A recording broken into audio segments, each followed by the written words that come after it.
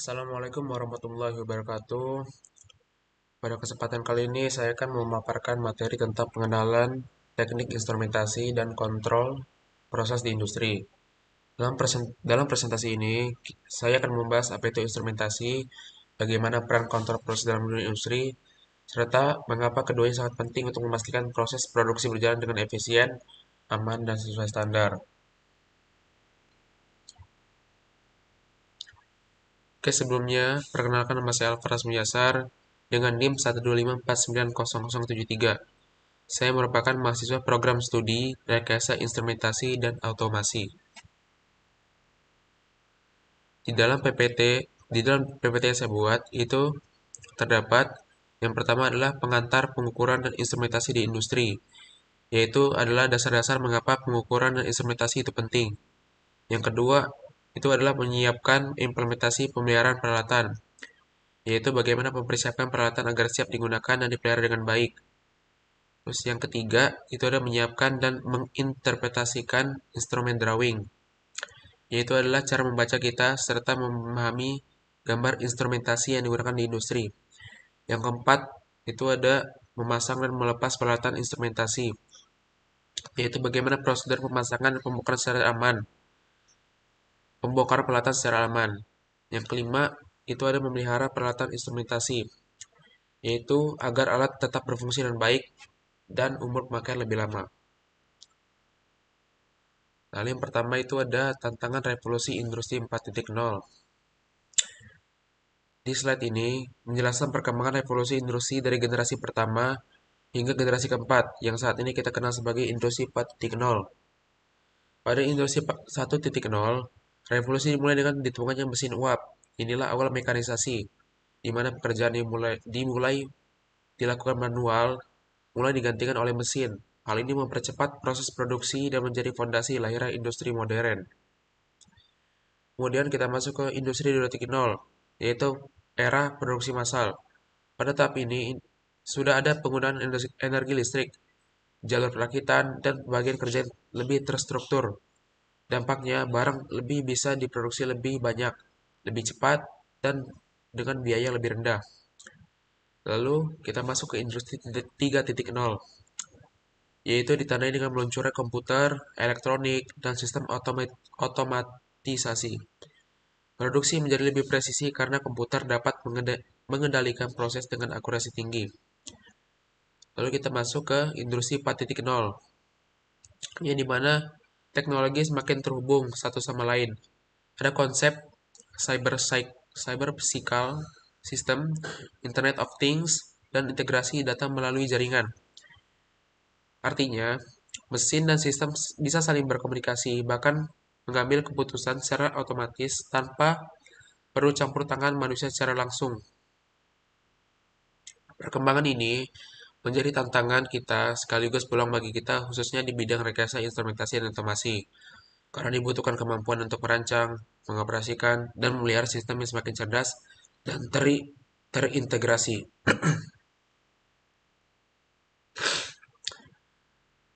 Lalu, di slide berikutnya, ini menjelaskan perkembangan revolusi industri dari abad ke-18 sampai ke abad 21, dan bagaimana setiap fase membawa perubahan besar bagi dunia industri. Kita mulai dari revolusi industri ke-1 yang terjadi pada ke abad 18. Pada masa ini, mesin uap menjadi penemuan yang mengubah cara manusia bekerja. Produksi yang awalnya menggunakan tenaga manusia atau hewan mulai beralih ke menggunakan mesin. Proses mekanisasi ini membuat produksi menjadi jauh lebih cepat, efisien, dan mampu menghasilkan barang dalam jumlah yang lebih besar. Berlanjut ke revolusi industri kedua, yaitu pada abad ke-19, di era ini tenaga listrik mulai digunakan secara luas. Listrik memungkinkan adanya jalur perakitan, assembly line, sehingga produksi bisa dilakukan secara massal. Inilah yang kita sebut sebagai era elektrifikasi, yang membuat industri semakin maju dan mampu memenuhi kebutuhan pasar dengan lebih cepat. Lalu kita masuk ke revolusi industri ketiga yang terjadi pada abad ke-20. Inilah masa munculnya komputer, teknologi informasi, dan komunikasi. Pada era ini, otomasi mulai diterapkan dalam proses industri. mesin-mesin dikendalikan oleh komputer, sehingga dapat bekerja dengan presisi tinggi, mengurangi kesalahan manusia, dan meningkatkan kualitas produksi. Lalu kita masuk ke revolusi industri keempat, yaitu pada abad ke-21, yang dikenal dengan industri 4.0. Era ini ditandai dengan hadirnya sistem yang semakin cerdas. Ada integrasi antara dunia digital dan fisik melalui teknologi seperti Internet of Things, Big Data, kecerdasan buatan, dan konektivitas yang saling terhubung. Hal ini menciptakan sistem yang mampu bekerja secara otonom, mengambil keputusan, bahkan saling berkomunikasi antar mesin tanpa campur tangan manusia secara langsung.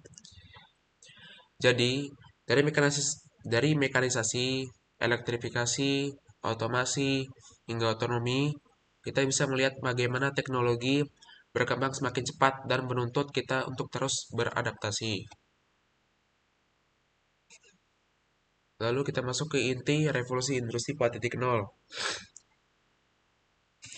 Di slide ini menjelaskan inti dari revolusi industri 4.0 atau bisa kita sebut sebagai elemen-elemen penting yang membentuk era industri saat ini. Yang pertama ada konsep everything online atau dunia maya yang terhubung ke internet. Hampir semua aktivitas, baik itu pekerjaan, pendidikan, hiburan, bahkan belanja, kini dilakukan secara online. Hal ini menciptakan digital ekonomi atau ekonomi digital, di mana transaksi dan bisnis bergerak di dunia maya tanpa harus dan bertatap muka secara langsung. Kemudian ada IoT, Internet of Things, yaitu memungkinkan berbagai perangkat seperti sensor, mesin, bahkan peralatan rumah tangga terhubung ke internet dan saling bertukar data. Misalnya sensor suhu di pabrik bisa langsung mengirim data ke sistem kontrol untuk menyesuaikan proses produksi secara otomatis. Lalu ada AI, Artificial Intelligence, atau kecerdasan buatan, yaitu memungkinkan untuk mesin untuk belajar dan membuat keputusan layaknya manusia. Misalnya sistem AI dapat memprediksi kapan sebuah mesin akan rusak, sehingga perawatan bisa dilakukan sebelum terjadi kerusakan. Lalu ada Big Data. Big data yang berarti data dalam jumlah yang sangat besar dikumpulkan, dianalisis, dan digunakan untuk pengambilan keputusan lebih tepat. Dengan data, perusahaan dapat mengetahui pola perilaku pelanggan atau memprediksi tren di masa depan. Lalu ada robotik. Robotik yaitu adalah mesin otonom yang mampu bekerja secara otomatis tanpa campur tangan manusia. Contohnya robot di pabrik mobil yang merakit kendaraan dengan presisi tinggi. Lalu ada 3D print yang adalah untuk kemungkinan kita untuk membuat prototipe produk atau suku cadang hanya dengan desain digital. Teknologi ini mempercepat inovasi dan mengurangi biaya produksi. Lalu ada machine learning, yaitu membuat sistem bisa terus belajar dari data yang masuk dan meningkatkan kemampuan dari waktu ke waktu.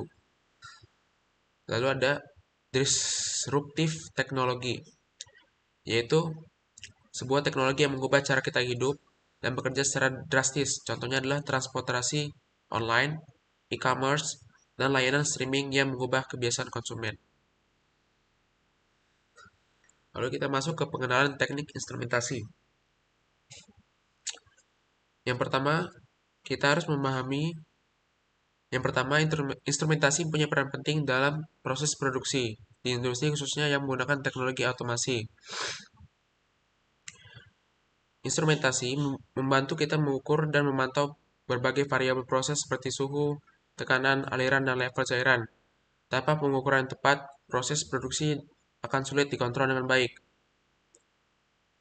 Setiap sistem produksi membutuhkan pengukuran dan pengendalian variabel proses untuk menghasilkan produk yang sesuai dengan standar kualitas. Misalnya jika kita memproduksi minuman, suhu, dan tekanan harus dijaga sesuai spesifikasi agar rasa dan kualitas produk tetap konsisten.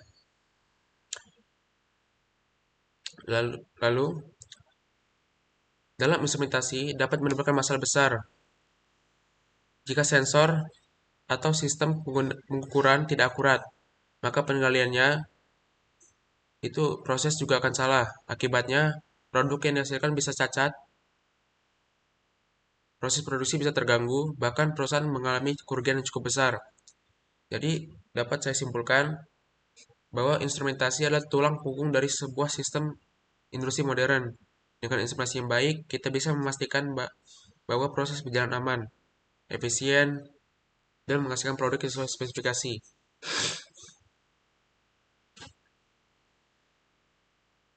Lalu kita masuk ke definisi instrumentasi. Slide ini membahas tentang definisi instrumentasi. Yang pertama, seni menyusun, mengatur atau mengorkestrasi untuk ensemble instrumental. Pertama, secara bahasa, instrumentasi bisa diartikan sebagai seni menyusun, mengatur atau mengorkestrasi komponen agar bekerja bersama, seperti menyusun ensemble musik. Namun, dalam dunia teknik, pengertiannya lebih spesifik. Yang kedua, penggunaan barang skrup, plat, kait, kawat, baut untuk memperbaiki dan menstabilkan kelainan pada tulang belakang. Instrumentasi juga bisa diartikan sebagai penggunaan berbagai komponen, sebagai batang, skrup, plat, kait, kawat, baut, untuk memperbaiki atau menstabilkan suatu sistem. Tapi ini masih pengertian secara umum. Lalu yang ketiga, sebuah perangkat elektrik atau pneumatik yang ditempatkan di lapangan atau menyediakan kemampuan pengukuran atau kendali bagi sistem. Definisi yang paling relevan di industri adalah ketiga dan keempat. Instrumentasi adalah perangkat elektrik atau pneumatik yang dipasang di lapangan yang berfungsi untuk mengukur dan mengendalikan proses. Lalu yang keempat, instrumentasi berkaitan dengan pengukuran dengan alat baik langsung maupun tidak langsung mengukur atau mengendalikan variabel proses. Jadi dapat kita simpulkan bahwa instrumentasi berhubungan erat dengan pengukuran dan pengendalian variabel, baik menggunakan alat yang bekerja secara langsung maupun tidak langsung. Misalnya mengukur suhu, tekanan, aliran, atau level cairan, lalu mengirimkan data tersebut ke sistem kontrol seperti PLC, agar proses tetap berjalan dengan sesuai standar. Lalu kita masuk ke fungsi instrumentasi. Instrumentasi pada dasarnya memiliki peran yang sangat penting dalam dunia teknik maupun industri. Fungsi utamanya bisa kita lihat di poin-poin berikut. Yang pertama, sebagai alat pengukuran parameter proses. Artinya, instrumen digunakan untuk mengetahui kondisi dari suatu sistem. Misalnya termometer untuk mengukur suhu ruangan, atau sensor tekanan untuk memantau tekanan dalam pipa. Tanpa alat ukur, kita tidak bisa tahu kondisi sebenarnya dari proses yang kita sedang berjalan. Lalu yang kedua, sebagai alat analisis hasil pengukuran. Setelah data didapat, kita tidak hanya berhenti di situ, tapi juga perlu menganalisisnya. Contoh, hasil pengukuran suhu di mesin pendingin bisa dianalisis apakah sudah sesuai standar atau justru ada masalah. Yang ketiga, sebagai alat kendali proses. Instrumentasi juga berfungsi mengendalikan. Misalnya, termostat di AC atau kulkas. Kalau suhunya terlalu tinggi, AC akan otomatis menyalakan kompresor untuk menurunkan suhu. Lalu, sebagai alat perekam recorder suatu proses. Recorder digunakan untuk menyimpan data. Contoh paling dekat adalah data logger, suhu pada kulkas, obat di apotek atau rumah sakit, sehingga dapat dilacak apakah sehingga bisa dilacak apakah suhu selalu terjaga dengan baik. Lalu ada sebagai tool untuk melakukan analisis data trend, yaitu data yang sudah terkumpul bisa dipakai untuk melihat kecenderungan atau pola, misalnya grafik konsumsi listrik rumah per bulan untuk menganalisis kapan pemakaian paling tinggi. Lalu kita masuk ke contoh pengukuran. Dalam dunia instrumentasi, ada banyak parameter yang bisa kita ukur sesuai kebutuhan proses. Beberapa contohnya adalah, yang pertama, pengukuran temperatur. Contoh paling dekat adalah termometer tubuh yang kita pakai saat demam atau sensor suhu di AC yang mengatur ruangan tetap dingin. Yang kedua adalah pengukuran flow. Ini biasa dipakai untuk memantau aliran, cairan atau gas, misalnya water meter di rumah untuk mengukur pemakaian air. Yang ketiga ada pengukuran tekanan pressure. Contoh paling jelas adalah pengukur tekanan ban, tire pressure gauge, atau manometer di tabung gas. Lalu ada pengukuran level, digunakan untuk mengetahui ketinggian cairan dalam tangki, contohnya indikator bahan bakar di motor atau mobil. Lalu ada pengukuran massa, yaitu timbangan badan atau timbangan digital supermarket. Lalu ada pengukuran volumetrik, misalnya yaitu misalnya gelas ukur di laboratorium atau flow sensor yang mengukur volume air yang mengalir. Lalu ada pengukuran pH. Pengukuran pH sangat penting di bidang kimia dan kesehatan. Contohnya pH meter untuk mengecek keasaman air, air kolam ikan, atau larutan di dalam lab. Lalu ada pengukuran besaran listrik. Pengukuran besaran listrik yaitu meliputi tegangan arus, frekuensi, daya, tahanan, isolasi, dan lain-lain. Alat yang sering kita kenal adalah multimeter. Lalu ada pengukuran konduktivitas. Digunakan untuk mengukur seberapa baik suatu cairan mengantarkan listrik. Contohnya kualitas air minum.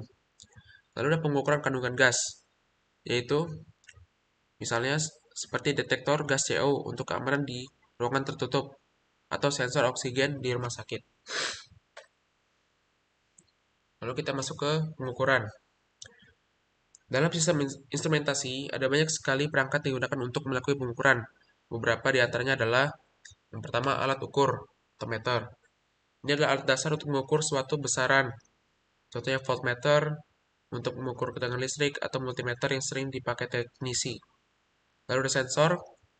Sensor adalah mata atau sistem instrumentasi yang mendeteksi perubahan fisik, misalnya sensor suhu, sensor cahaya di HP yang bikin kita lihat redup saat di tempat gelap atau sensor sidik jari. Lalu ada transducers. Fungsinya mengubah satu bentuk energi ke bentuk energi lain. Contoh sederhana, mikrofon yang mengubah suara menjadi sinyal listrik. Lalu ada transmitters. Setelah data didapat dari sensor, transmitter bertugas untuk mengirim sinyal ke tempat lain, biasanya dalam bentuk standar seperti P seperti 4 sampai 20 mA. Contohnya transmitter tekanan di pipa gas. Lalu ada indikator. Alat ini menampilkan hasil pengukuran secara langsung. Contohnya indikator bahan bakar di motor atau lampu LED indikator di charger HP. Lalu ada display. Display memberikan tampilan hasil pengukuran dalam bentuk angka atau grafik, misalnya layar digital timbangan badan. Lalu ada recorder. Recorder menyimpan hasil pengukuran, contohnya EKG di rumah sakit, yang merekam detak jantung atau dalam bentuk grafik. Lalu ada data loggers. Data loggers ini mirip seperti recorder, tapi lebih canggih karena bisa menyimpan data otomatis dalam jangka waktu yang lebih panjang. Contohnya logger dalam kulkas vaksin. Lalu yang terakhir ada data acquisition system atau disingkat DAQ.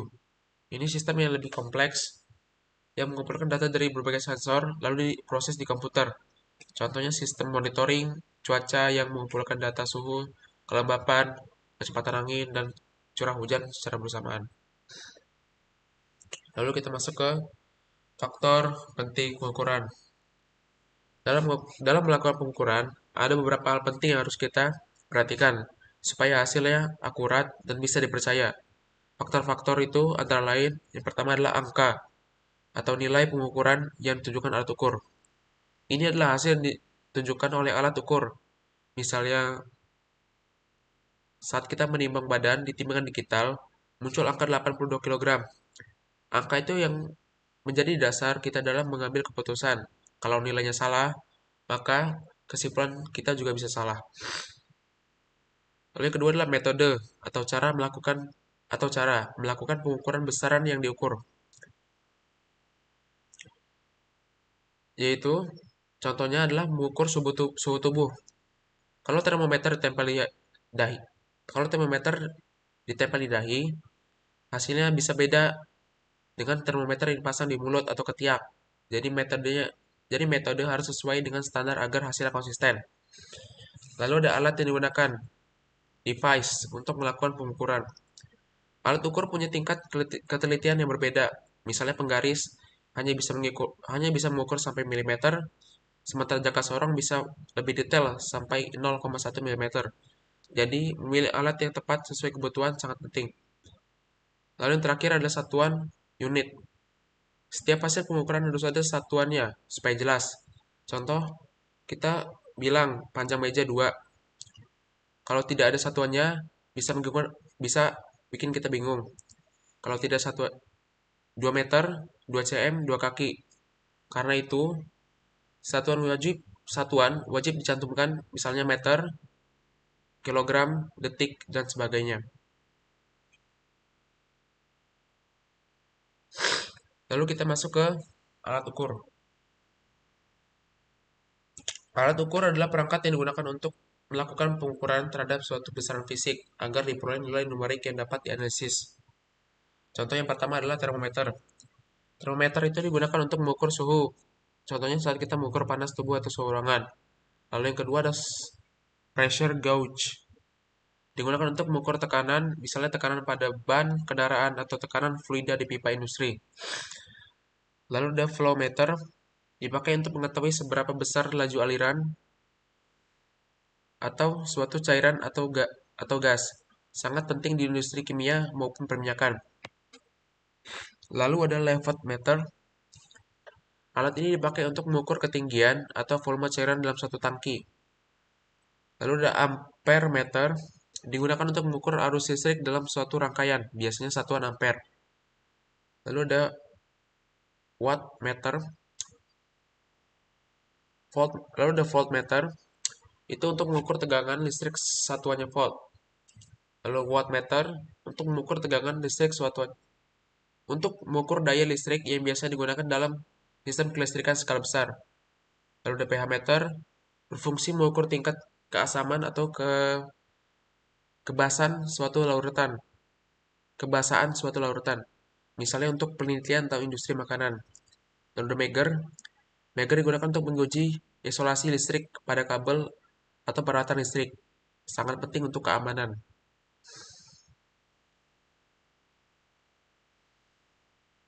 Lalu kita masuk ke satuan pengukuran. Dalam pengukuran, kita tidak hanya butuh angka, tapi juga satuan.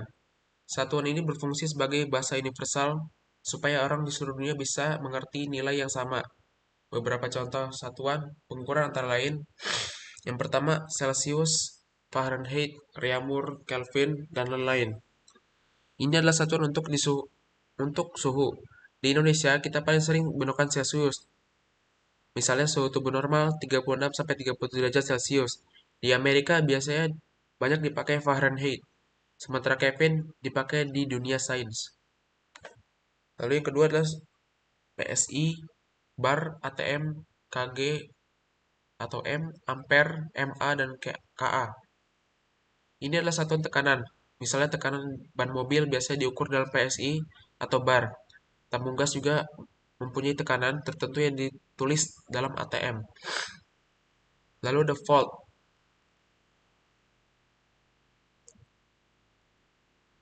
Ini untuk tegangan listrik. Listrik rumah kita 220 volt. Tapi di sirkuit elektronik kecil bisa dalam milivolt. Sedangkan jaringan transmisi listrik bisa mencapai kilovolt atau megavolt. Lalu ada watt. Ini adalah satuan daya. Lampu kamar biasanya 10-20 watt. Sedangkan pembangkit listrik bisa mencapai megawatt atau gigawatt. Lalu ada pH. pH digunakan untuk mengukur tingkat keasaman atau kebasaan larutan. Air murni idealnya pH 7, sedangkan cuka biasa pH 2-3. Lalu ada KOHM dan MOHM atau kilo ohm atau mega ohm. Ini adalah satuan resistansi atau hambatan listrik. Biasanya dipakai di komponen resistor dalam rangkaian elektronik. Lalu ada liter atau detik. Ini untuk mengukur laju aliran cairan. Misalnya debit air di keran rumah bisa diukur dalam liter per detik. Lalu ada meter, cm, dan inch. Ini satuan panjang. Di sekolah kita biasa dipakai meter atau cm. Tapi di beberapa negara seperti Amerika masih banyak dipakai inch. Lalu masuk ke satuan pengukuran. Besaran dan satuan pada ilmu kelistrikan dan elektronika. Yang pertama ada tegangan volt, lalu ada arus listrik. Yang pertama ada besaran tegangan, satuannya volt, simbolnya V. Lalu ada arus listrik, satuannya ampere, simbolnya A. Lalu ada hambatan listrik atau resistasi, satuannya ohm. Lalu ada kondukstansi, satuannya Siemens. Lalu ada kapasitansi, satuannya farad. Lalu ada muatan listrik, satuannya coulomb. Induktasi, satuannya Henry. Daya listrik, satuannya watt. Impedansi, satuannya ohm. Frekuensi, satuannya hertz. Dan energi, satuannya joule. Lalu ada kode dan standar instrumentasi. Yang pertama ini ada ANSI, American National Standard Institute, yaitu lembaga standar dari Amerika yang membuat aturan sebagai produk punya ukuran dan kualitas yang lebih seragam. Lalu ada ASME, American Society of Mechanical Engineers, dan seterusnya. Ada ISA, ISO, JIS, IEC, ASTM, NEMA, NEC, IPCA, dan lain sebagainya.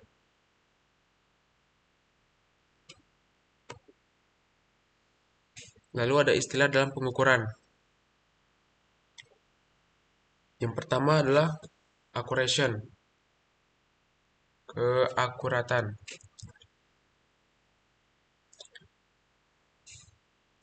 Dekatnya, accuracy itu adalah keakuratan. Akurasi itu seberapa dekat hasil pengukuran dengan nilai sebenarnya. Misalnya kamu ukur suhu badan 30 derajat Celcius, ternyata suhu aslinya 37,1 derajat Celcius. Itu artinya akurat.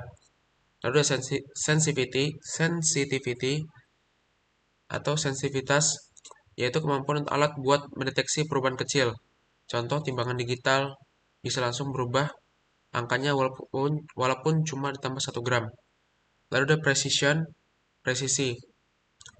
Presisi beda dengan akurasi. Kalau ukur 5 kali dan hasilnya selalu sama, misalnya 37,0, lalu yang ketiga 37,0, itu presisi. Tapi belum tentu akurat kalau nilai sebenarnya 38 derajat Celcius. Lalu ada range. Range itu batas minimum dan maksimum yang bisa diukur alat. Contoh termometer medis biasanya mempunyai range 30 derajat Celcius sampai 40 derajat Celcius. Jadi nggak bisa dipakai buat ukur suhu ruangan. Lalu ada subdivision. Subdivision itu tingkat pembagian skala alat ukur. Misalnya di penggaris ada skala cm dan juga milimeter. Makin kecil pembagiannya makin detail hasilnya. Lalu ada error atau kesalahan atau galat. Error itu selisih dengan antara hasil pengukuran dan nilai sebenarnya. Bisa karena alat kurang akurat atau karena cara kita mengukur salah. Lalu ada hysteresis. Hysteresis itu perbedaan hasil pengukuran ketika naik dan turun. Contoh pressure gauge nunjukin 5 bar saat naik, tapi pas turun bisa nunjukin 4,8 bar padahal tekanan sama. Lalu ada stability atau stabilitas. Stability itu kemampuan alat mempertahankan kinerjanya dalam waktu lama. Misalnya termometer digital tetap nunjuk angka yang sama meskipun dipakai berkali-kali. Lalu ada linearity. Linearity itu hubungan hasil pengukuran dengan nilai sebenarnya. Harus lurus, linear. Kalau naik 1 derajat Celcius, 1 derajat Celcius juga harus alatnya nunjukin naik 1 derajat Celcius. 1 derajat Celcius. Bukan 0,8 atau 1,2.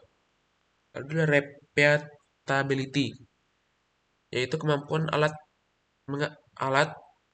untuk menghasilkan hasil yang sama kalau pengukuran diulang-ulang dalam kondisi sama.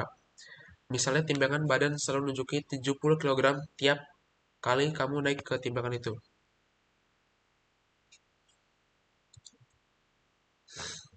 Lalu ada akurasi. Dekatnya, hasil pengukuran dengan nilai sebenarnya, akurasi biasanya dinyatakan dalam bentuk persen, error. Artinya hasil yang ditunjukkan alat ukur mendekati nilai yang sesungguhnya. Misalnya suhu AC 37 derajat Celcius, alat ukur juga menunjukkan 37 derajat Celcius. Itu akurat. Lalu, yang kedua merupakan toleransi maksimum terhadap kesalahan. Yaitu, setiap alat mempunyai kebatasan kesalahan yang masih bisa diterima. Kalau melebihi batas, hasil ukur dianggap tidak valid. Lalu dapat dinyatakan dalam persen error of reading atau dalam bentuk error full scale skala penuh. Yaitu, percent of reading atau error dihitung dari nilai yang sedang diukur. Full scale error dihitung dari kapasitas maksimum alat. Contoh, voltmeter 0 sampai 100 volt dengan akurasi 1% full scale, maka errornya 1 volt di semua bacaan. Lalu, yang terakhir biasa dikenal dengan istilah ketelitian. Maksudnya, dalam kehidupan sehari-hari, akurasi sering disebut ketelitian yang kemampuan alatnya menunjukkan nilai yang benar. Lalu ada presisi. Yang pertama presisi atau ketajaman, yaitu alat ukur dalam menunjukkan hasil. Jadi bukan soal benar atau salahnya, tapi nilai konsistensinya. Yang kedua, kemampuan alat untuk mengakuan hasil pembacaan yang serupa untuk suatu pengukuran yang berulang. Yaitu, kalau misalnya kita mengukur hal yang sama berkali-kali, hasilnya akan selalu mirip. Lalu ada presisi yang lebih berkaitan dengan pengukuran yang berulang. Jadi, presisi dapat dilihat dari stabil atau tidaknya alat saat dipakai berkali-kali. Walaupun mungkin hasil agak meleset dari nilai sebelumnya, dari nilai sebenarnya, tapi tetap konsisten. Lalu, pengukuran dilakukan pada pagi hari. Untuk objek yang sama dengan kondisi yang sama jika diukur pada siang atau malam hari, maka hasilnya akan sama, akan konsisten. Yang artinya, termometer yang presisi akan selalu menunjukkan contohnya, termometer yang presisi akan selalu menunjukkan hasil hampir sama, entah dipakai pagi, siang, atau malam, selama kondisi objeknya masih sama. Jadi kesimpulannya, akurasi itu dekat dengan nilai sebenarnya, presisi konsisten meskipun diulang-ulang. Jadi akurasi yang sebelumnya itu, di slide sebelumnya, itu dekat dengan nilai sebenarnya, kalau presisi itu konsisten meskipun diulang-ulang. Lalu, selesai. Demikian presentasi yang saya sampaikan. Mohon maaf kalau misalnya ada kesalahan, kekurangan dalam penyampaian materi saya. Terima kasih atas perhatiannya. Semoga materi ini bermanfaat.